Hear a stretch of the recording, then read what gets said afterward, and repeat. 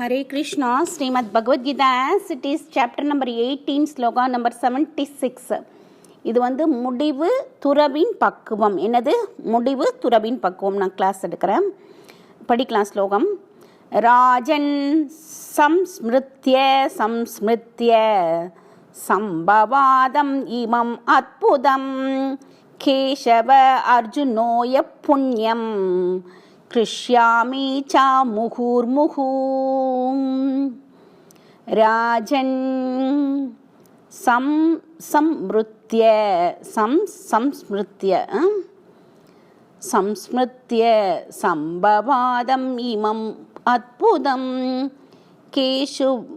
கேசவர்ஜுனோய புண்ணியம் கிருஷ்யாமி சா முகுர்முகு.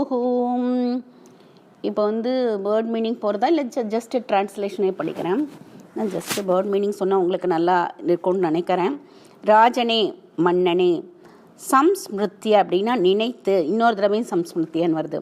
சம்ஸ்மிருத்திய அப்படின்னா நினைத்து, சம்பவாதம்னா உரையாடல், இமம்னா இந்த, அற்புதம்னா அற்புதமான, கேசவா பகவான் கிருஷ்ணர், அர்ஜுனா அர்ஜுனனின், புண்ணியம் புண்ணியம், கிருஷ்யாமி மீன்ஸ் நான் இன்பமடைகிறேன், சா மேலும், முகு முகுக அப்படின்னா மீண்டும் மீண்டும். மன்னனே, கிருஷ்ணருக்கும் அர்ஜுனருக்கும் இடையில் நடந்த இந்த அற்புதமான புனித உரையாடலை மீண்டும் மீண்டும் நினைத்து ஒவ்வொரு கணமும் உணர்ச்சி வசப்பட்டு நான் இன்பமடைகிறேன். யார் சொல்றா? சஞ்சயன் சொல்றான். யார்கிட்ட? மன்னர் யாரு? திருதராஷ்டிரன். அவன்கிட்ட இவர் சொல்றாரு. ஓகே, நான் ஏற்கனவே சொன்னதான். இப்போ சில விஷயங்கள் பகவத்கீதை ஞானம் எந்த அளவிற்கு தெய்வீகமானது என்றால், அர்ஜுனனையும் கிருஷ்ணனையும் பற்றிய விஷயங்களை நன்கு அறியக்கூடியவன் தர்மாத்வமாக ஆவது மட்டுமின்றி இத்தகு உரையாடலை மறக்க முடியாதவனாகின்றான். இதுவே ஆன்மீக வாழ்வின் மகோந்தன நிலை, அந்த நிலை அப்படின்றாங்க. அனந்த நிலை அப்படின்றாங்க. ஆனந்த நிலை, அதான் ஆனந்த நிலை. வேறு விதமாக கூறினால், பகவத்கீதை சரியான மூலத்திடமிருந்து கேட்பவன், அதாவது கிருஷ்ணரிடமிருந்து நேரடியாக கேட்பவன் பூரண கிருஷ்ண உணர்வை அடைகின்றான்.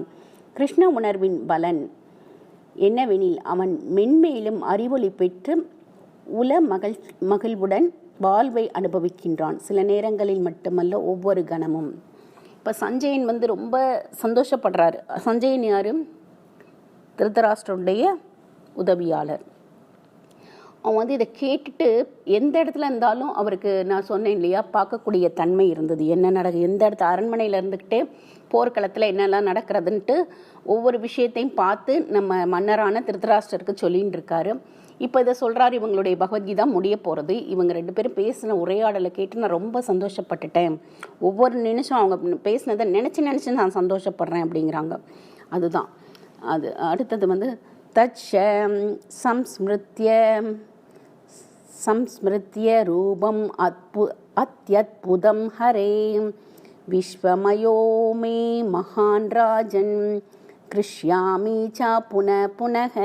இப்போ என்னன்னா, மன்னனே, பகவான் கிருஷ்ணருடைய அந்த அற்புதமான ரூபத்தை நினைத்து நான் மென்மேலும் வியப்பில் மூழ்கி மீண்டும் மீண்டும் இன்பமடைகின்றேன். அவர் இது பகவானுக்கு அர்ஜுனனுக்கு விஸ்வரூப தரிசனத்தை கொடுத்தார்ல, இவரும் பார்த்துருக்காரு.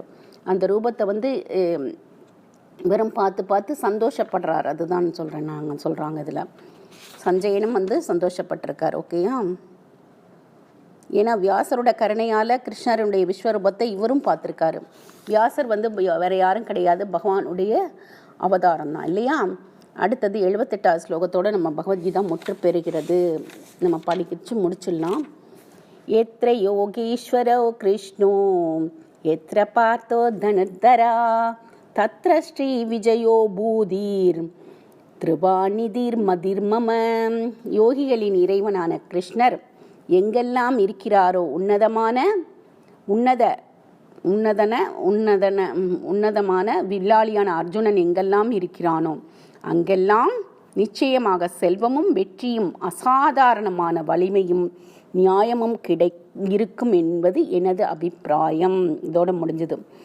ஏன்னா இப்போ விஜயனை கிருஷ்ணா இருக்கும்போது தான் வெற்றி வரும். நமக்கு கிருஷ்ணா நம்ம கூட இருக்கும்போது ஆட்டோமேட்டிக்காக மகாலட்சுமி நம்ம கூட வந்துடுவா இல்லையா? அப்போ கிருஷ்ணரோட அவன் என்ன கேட்டான்? நீங்கள் உங்களுக்கு அந்த கதை தெரியும். நான் ஒரு முறை சொல்கிறேன். இப்போ என்னென்னா, ஒரு தடவை நம்மளுடைய துரியோதனனும் அர்ஜுனனும் கிருஷ்ணரை பார்க்க போகிறாங்க. எங்கே? துவாரகைக்கு போகிறாங்க. துவாரகையில் பகவான் நல்லா இப்படி படுத்துட்டு நல்லா அழகாக கையை வச்சுட்டு சயனிச்சுட்டு இருக்காரு.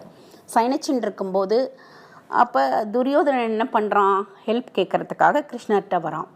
அவன் வந்து பகவானுடைய தலைப்பாகத்தில் வந்து உட்காந்துக்கின்றான். தலையினுடைய தலைப்பக்கத்தில் உட்காந்துன்றான்னா, இவர் வந்து கால் பக்கத்தில் உட்காந்துக்கிறார். அர்ஜுனன் வந்தது என்னமோ லேட்டு தான். இப்போ நம்ம எழுந்தோடனே இப்படியே தலை பின்னாடி போய் நம்ம பார்க்க மாட்டோம். எப்போயுமே எழுங்கும்போது காலை தான் நம்ம பார்ப்போம். எழுந்து முன்னாடி யார் நிற்கிறாங்கன்னு பார்க்க முடியும்.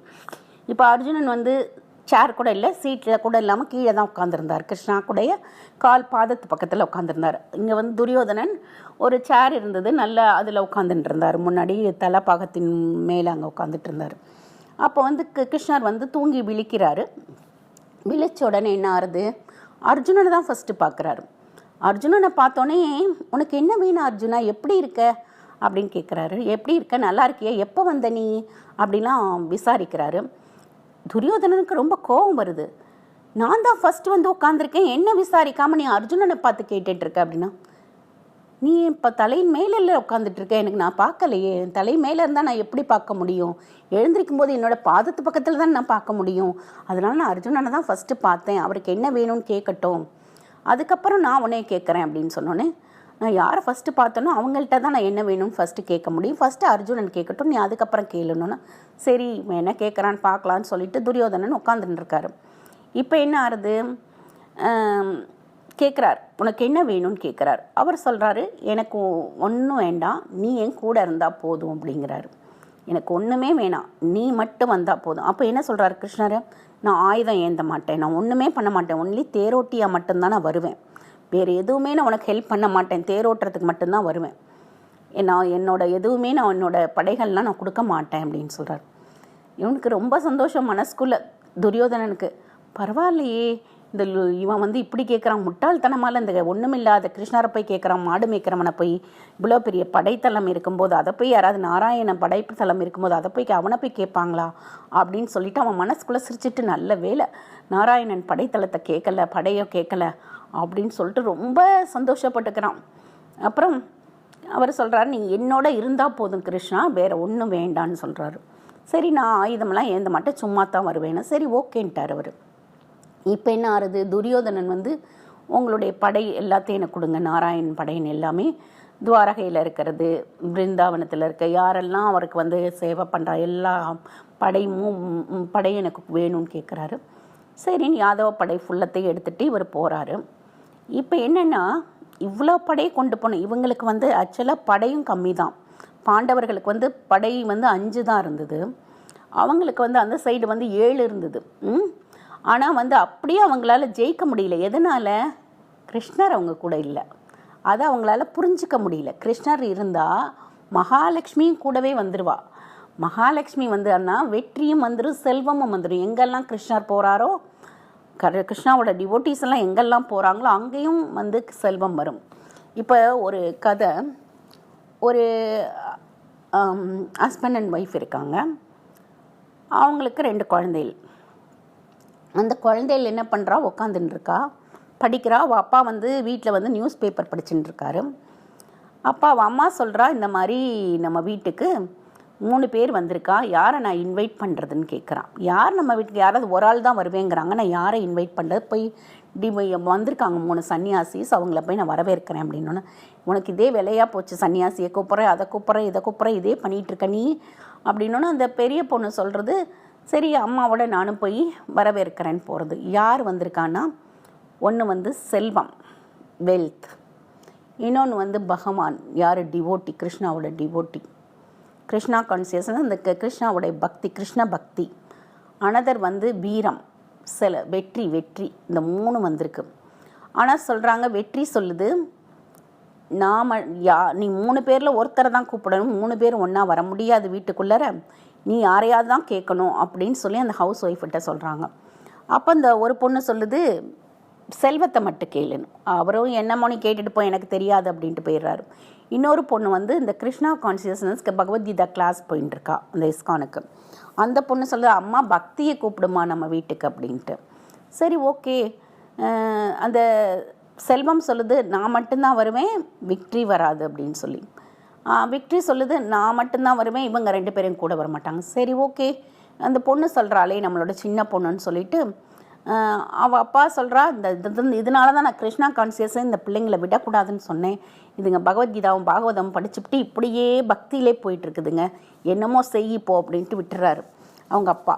சரின்ட்டு அந்த சின்ன பொண்ணு சொல்கிறாளேன்னு சொல்லிவிட்டு அவள் அம்மா வந்து போய் கூப்பிட்றா, எனக்கு பக்தி மட்டும் போதும் அப்படின்ட்டு, டிவோஷன் சர்வீஸ் பண்ணுற பக்தி மட்டும் போதும்னு. அப்போ பக்தி வந்தோடனே 2 ஆட்டோமேட்டிக்காக விக்ட்ரியும் வருது. விக்ட்ரி மீன்ஸ் என்ன சொல்கிறது, வெற்றியும் வருது, அப்புறம் செல்வமும் வந்துடுது. நான் ஒரு ஆளை தானே கூட்டிகிட்டு வரேன்னு சொன்னேன், நீங்கள் என்ன 3 பேர் உள்ளே வந்துட்டாங்கன்னு கேட்குறாரு அவர் குடும்பத் தலைவர். தெரியலங்க 3 பேர் உள்ளே வந்துட்டாங்க அப்படின்னு. அப்போ என்ன எதனால் 3 பேர் உள்ளே வந்தீங்கன்னு கேட்குறாங்க. ஒன்றும் இல்லை, நான் வந்து பக்தி இருந்ததுன்னா கிருஷ்ணா என் கூட இருக்கார். ஸோ கிருஷ்ணா கான்சியஸில் இருக்கவங்களுக்கு கடவுள் ஆட்டோமேட்டிக்காகவே செல்வத்தையும் வெற்றியும் கொடுத்துருவார். மற்றதெல்லாம் வரும் போகும், பட் பக்தி நிலையானது. அதனால அதை மட்டும் நீங்கள் ஃபாலோ பண்ணுங்க அப்படி சொல்கிறாங்க. இதுதான் உண்மை. பக்தி இருந்துச்சுன்னா ஆட்டோமேட்டிக்காக, நானே நிறைய கிருஷ்ணா கான்சியஸ் பீப்புள் நான் பார்த்துருக்கேன். அவங்கெல்லாம் சாதாரணமாக இருந்தவங்க கூட இப்போ பார்த்திங்கன்னா ஒரு சாதாரண நிலைமையில் இருந்தவங்க கூட இப்போ பெரிய பணக்காரவங்களா, படித்தவங்களா, விக்ட்ரி, அவங்களுக்கு நிறைய பணம் வருது, நிறைய பிள்ளைங்க நல்லா படிக்கிறாங்க. இதெல்லாம் கிடைக்குதுன்னா பகவானுடைய மர்சி, பகவானுடைய பக்தி அவங்களுக்கு இருக்கிறதுனால ஆட்டோமேட்டிக்காக வீட்டுக்குள்ளே வருது. கர்மா இஸ் ஆல்சோ டிபெண்டிங். நம்மளோட கர்மா ஸ்ட்ராங்காக இருந்தாலும் நம்ம சாண்டிங் நிறைய பண்ணணுங்க. நம்மளுடைய சாண்டிங் வந்து ஸ்ட்ராங்காக இருந்தால் தான் கர்மா வந்து குறைய ஆரம்பிக்கும். நம்ம வந்து சாண்டிங் பண்ணிகிட்டே இருக்க தான் நம்மளுடைய எத்தனையோ ஜென்மங்கள் இருக்க பாவங்கள் வந்து நம்மகிட்டருந்து போகும். அந்த பாவங்கள் போகும்போது ஆட்டோமேட்டிக்காக கிருஷ்ணா நம்மக்கிட்ட வந்துடுவார். ஏன்னா நம்ம ஹார்ட்டில் நிறைய அன்னெசரி திங்ஸ் இருக்குது பாருங்கள். நம்மளோட என்னென்ன மற்றவா அதை சொன்னா, இவா அதை சொன்னா, இதை சொன்னா அப்படின்னு நம்ம நிறைய விஷயங்கள் மனசில் வச்சுட்ருக்கோம். அவள் பணக்காரியாக இருக்கா, இவா வந்து அழகாக இருக்கா, இவா இப்படி இருக்கா அப்படின்னு நம்ம மனசில் தேவையில்லாத விஷயங்களை போட்டு வச்சுருக்கிறதுனால கிருஷ்ணா எப்படி போய் உட்காந்துருப்பார். கச்சடாலாம் உள்ளே இருக்குது, குப்பை எல்லாம் உள்ளே இருக்குது. அந்த குப்பை இருக்கிறதுனால பகவான் உள்ளே உட்கார மாட்டேங்கிறாரு, வெளியே வந்துடுறாரு. நம்ம என்ன தான் சாண்டிங் வந்து எப்படின்னா, சாண்டிங்க்கு ஒரு இது சொன்னாங்க, சாண்டிங் நம்ம பண்ணுறோம் நம்ம லைஃப்பில், அது ஒரு டியூட்டி மாதிரி நம்ம செஞ்சிட்ருக்கோம். சாண்டிங்கு ஹரே கிருஷ்ணா ஹரே கிருஷ்ணா அந்த 16 ரவுண்டு முடிக்கணும்னு. ஆனால் வந்து அது எப்படின்னா, ஒரு விமானம் ஓட்டி இருக்கான். அந்த விமானம் பைலட் என்ன பண்ணுறான், கரெக்டாக அவன் வந்து ஸ்டார்ட் பண்ணிவிட்டு அவன் பாட்டுக்கு ரீச் ஆயிடுவான் அந்த இடத்துக்கு. கரெக்டாக அவனுக்கு எந்த இடத்துல ரீச் ஆகணுமோ அவன் போயிடுவான். அது மாதிரி தான் அவன் டக்குன்னு ஆன் பண்ணுறான், அவன் பாட்டு போகிறான் இல்லையா. அதே மாதிரி தான் நம்மளுடைய மெட்டீரியல் லைஃப்பில் நம்ம சாண்டிங்னு ஒன்று பண்ணுறோம் பக்தி இல்லாமல். அதுவும் அதே மாதிரி தான். அந்த பக்தியோடு பண்ணும்போது நமக்கு வந்து நல்ல ஒரு என்ன சொல்கிறது, நம்மளே பியூரிஃபை ஆகிடுவோம். நம்மளுடைய என்ன சொல்கிறது, நம்மளுடைய இப்போ ஃபேஸே வந்து தேஜஸ் கிடைக்கும். நிறைய சாண்ட் பண்ணுறவா ஃபேஸை பாருங்களேன், ஒரு என்னமே மேக்கப்பே போடாமல் நல்ல ஒரு பளபளான்னு இருப்பாங்க பாருங்களேன். நிறைய டிவோட்டிஸோடைய ஃபேஸை பார்த்திங்கன்னா, நிறைய மகாராஜோட ஃபேஸு, பெரிய டிவோட்டிஸ்லாம் வருவாங்க பாருங்கள் நம்ம ஊருக்கு. அவங்களுடைய ஃபேஸ் எல்லாம் பார்க்கும்போது அவங்கெல்லாம் வந்து அப்படியே தகதகன்னு நல்லா மின்னுவாங்க. ஏன், அவங்களுக்கு பகவானுடைய கருணை பக்தி நிறைய பெருகும்போது தேஜஸ் நிறைய பெருகி வரும். ஹரே கிருஷ்ணா. இதோட பகவத்கீதா முடிகிறது. ஒன்லி நான் பாகவதம் மட்டும்தான் எடுக்க போகிறேன். அதுவும் முடிஞ்சிருச்சுன்னா அப்புறம் அது இன்னும் 2 months or 3 months போகும்னு நினைக்கிறேன். ஹரே கிருஷ்ணா. சாண்ட் பண்ணுங்கள். என்னுடைய பழைய வீடியோஸை பாருங்கள். நிறைய நாராயணியம் வந்து ஃபஸ்ட்லேருந்து எடுத்திருக்கேன், கேளுங்க. ஃபஸ்ட்லேருந்து 100 தசகம் வரையும் எடுத்திருக்கேன். அது மாதிரி நாச்சியார் திருமொழி வந்து ஃபுல்லாக 14 பாசுரமும் எடுத்திருக்கேன். அது மாதிரி திருப்பாவை வந்து 30 பாசுரமும் எடுத்திருக்கேன். எல்லாம் கேளுங்க. அப்புறம் பாகவதமும் ஃபஸ்ட்லேருந்தே எடுத்துகிட்டு இருந்திருக்கேன், அதனால் அதையும் கேளுங்கோ. அப்புறம் அம்பாள் பாட்டு கூட 2-3 பாடியிருக்கேன். சஷ்டி படிச்சிருக்கேன். அப்புறம் வந்து ஆழ்வார்களை பற்றி நிறைய சொல்லியிருக்கேன். நிறைய விஷயம் நிறைய படித்து நிறைய சொல்லியிருக்கேன். பாருங்கோ. கிட்டத்தட்ட ஒரு 415 வீடியோஸ் நான் போட்டிருக்கேன். பாருங்கள், சப்ஸ்கிரைப் பண்ணுங்கள், ஹரே கிருஷ்ணா சாண்ட் பண்ணுங்கள். இந்த கலியுகத்தில் வேறு ஒன்றுமே நமக்கு ஹெல்ப் பண்ணாது. ஹரே கிருஷ்ணா.